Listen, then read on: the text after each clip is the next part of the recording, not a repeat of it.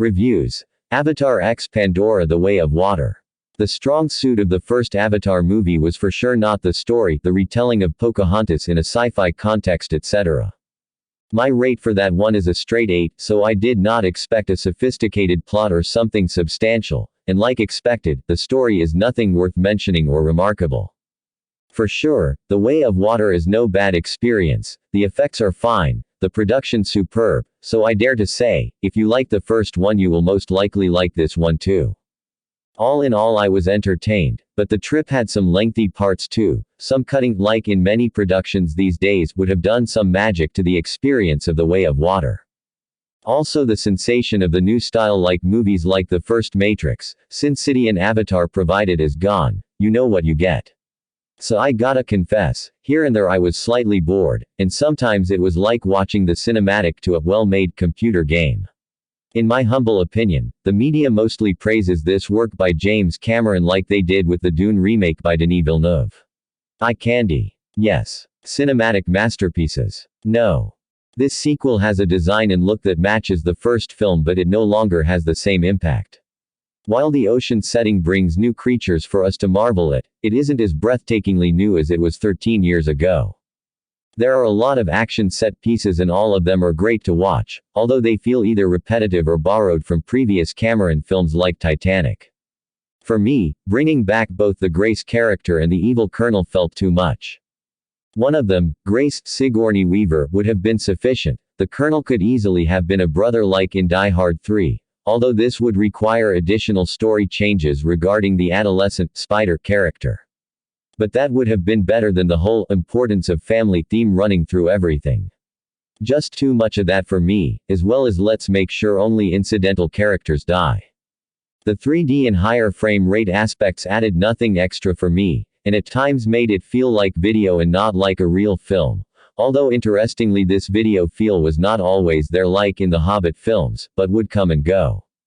The story of this film becomes a battle between Jake and the cloned Colonel, with the rest of the global aspect of Pandora versus humans dropping by the wayside. It would have been more interesting if the new antagonist, not a clone of the Colonel, disobeys his orders from the General and goes AWOL to hunt down Jake, like Captain Ahab and the White Whale. Technically gorgeous, but the story is similarly emotionally manipulative without really thinking through the colonial themes, making it recursive of the first, even with the exact same antagonists, who get more screen time despite that being used to little to no effect, except to perpetuate similar circumstances for the next movie. How exasperating. Let the bad guy go FFS. The kid saying bro every 5 seconds was excruciating. Why would they have the same vernacular as 20th century people? Why would the kid have that affectation when no one else uses it? It's so stupid.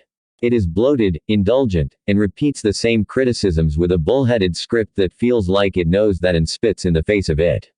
The only reason to see the movie, as with the first, is the CGI. If you've seen any movie about outsiders living with indigenous people threatened by the same culture, you've seen this movie. Also, if I have. It's a James Cameron film, so it's impressive. The special effects, camera work, world building, and action were all off the charts. But Avatar: The Way of Water struggles like its predecessor in the story and character development departments. In fact, the story of The Way of Water is almost identical to the first Avatar. Instead of humans learning to be Na'vi and then fighting Stephen Slang, a family of forest Na'vi learns to be ocean Na'vi and then fight Stephen Lang. All the strengths and weaknesses of the first movie are back in this one, with the bonus of being compared to the original.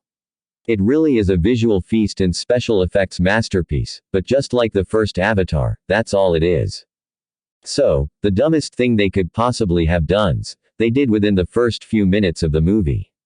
Not one, not two, but 3 completely unbelievable events. They clone the Colonel in an Avatar form. And he has a human son also on the planet, and Sigourney Weaver has a daughter, even though she is dead.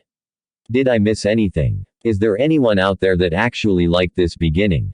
I think the Colonel should have been the main character. He could have fallen in love with Pandora just as Jake did and we could have seen that hey, everyone who goes to this planet gets changed. But no, they just wanted a generic bad guy and nothing more.